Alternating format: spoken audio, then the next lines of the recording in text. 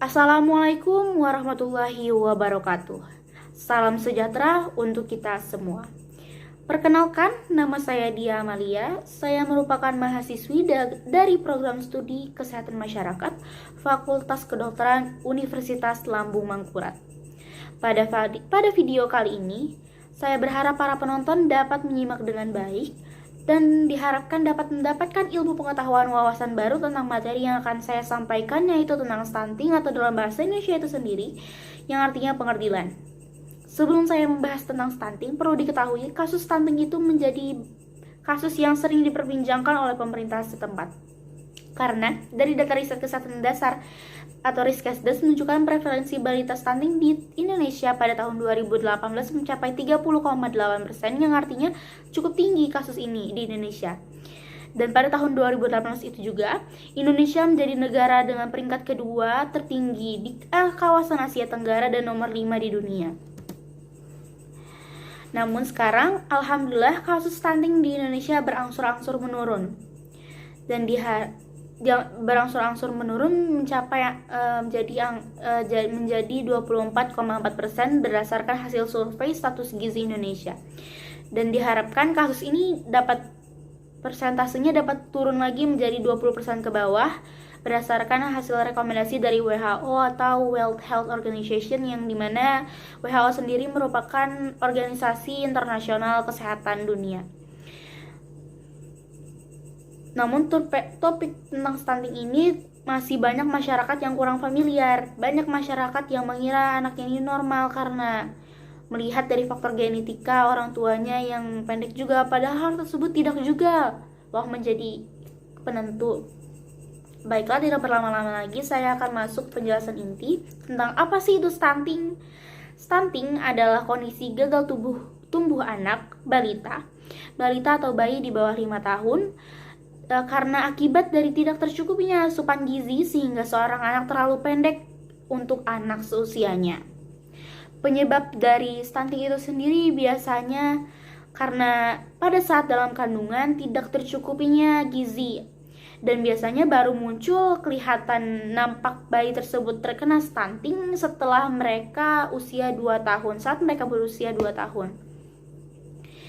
Penyebab dari stunting itu sendiri bisa juga dikarenakan praktek pengasuhan yang kurang baik, termasuk kurangnya pengetahuan ibu tentang mengenai kesehatan dan gizi sebelum masa kehamilan dan setelah melahirkan. Masih terbatasnya layanan kesehatan, pelayanan kesehatan ibu selama masa kehamilan, pelayanan setelah melahirkan, dan pelayanan dini yang berkualitas. Dan juga penyebab stunting itu sendiri dikarenakan kurangnya akses ke air bersih dan sanitasi. Stunting ini sendiri dapat dicegah. Pencegahan stunting dapat dilakukan dengan cara memenuhi kebutuhan gizi sejak hamil, karena ibu yang sedang mengandung diharapkan selalu mengonsumsi makanan sehat dan bergizi maupun suplemen atas anjuran dokter. Selain itu, ibu yang sedang hamil sebaiknya juga rutin memeriksa kesehatannya ke dokter agar terpantau anaknya beratnya pada bulan ini segini. Pada bulan ini segini, terpantau apakah anak itu ideal atau kurang gitu. Yang kedua, beri ASI eksklusif paling tidak pada bayi sampai usia 6 bulan. Sebagaimana kita tahu, ASI ini sangat penting, yaitu sebagai penunjang sekaligus membantu proses perkembangan otak dan fisik bayi. Selanjutnya, dampingi ASI eksklusif dengan empati sehat. Ketika bayi yang sudah berusia 6 bulan ke atas, ibu sudah bisa memberikan makanan pendamping atau empati. Dalam hal ini, pastikan makanan-makanan yang dipilih juga berkualitas, memenuhi gizi mikro dan makro. WHO pun merekomendasikan fortifikasi atau penambahan nutrisi ke dalam makanan. Di sisi lain, sebaiknya ibu berhati-hati juga dalam memilih makanan. Konsultasikan ke dokter atau juga bisa mencari referensi dari Google yang terpercaya tentunya. Selanjutnya, dapat dicegah dengan cara ibu memantau terus tumbuh kembang anaknya. Bawa si anak ke posyandu atau klinik agar dipantau pertumbuhannya. Apakah anak tersebut mengalami gangguan? Apabila iya, maka dapat dicegah penanganannya dapat dilakukan dengan cepat. Selanjutnya, stunting dapat dicegah dengan cara kita selalu juga menjaga kesehatan. Seperti yang diketahui, anak-anak itu sangat rentan terhadap serangan penyakit, termasuk diare, terutama kalau lingkungan sekitar mereka kotor. Nah, faktor ini juga yang secara tak langsung meningkatkan peluang dari stunting itu sendiri. Stunting merupakan ancaman utama terhadap kualitas manusia Indonesia, juga ancaman terhadap kemampuan daya saing bangsa. Hal ini dikarenakan stunting bukan hanya terganggu pertumbuhan fisiknya, bertumbuh pendek atau kerdil saja, melainkan juga terganggu perkembangan otaknya, yang mana tentu akan mempengaruhi kemampuan dan prestasi produktivitas dan kreativitasnya. Oleh karena itu, ada pepatah yang mengatakan mencegah lebih baik daripada mengobati.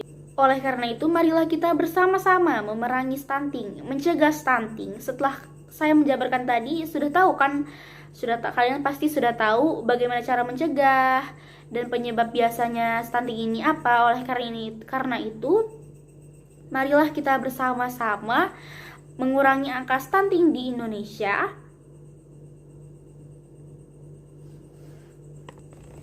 agar anak-anak bangsa tidak terganggu perkembangannya sehingga tidak mempengaruhi prestasi, produktivitas dan kreativitasnya.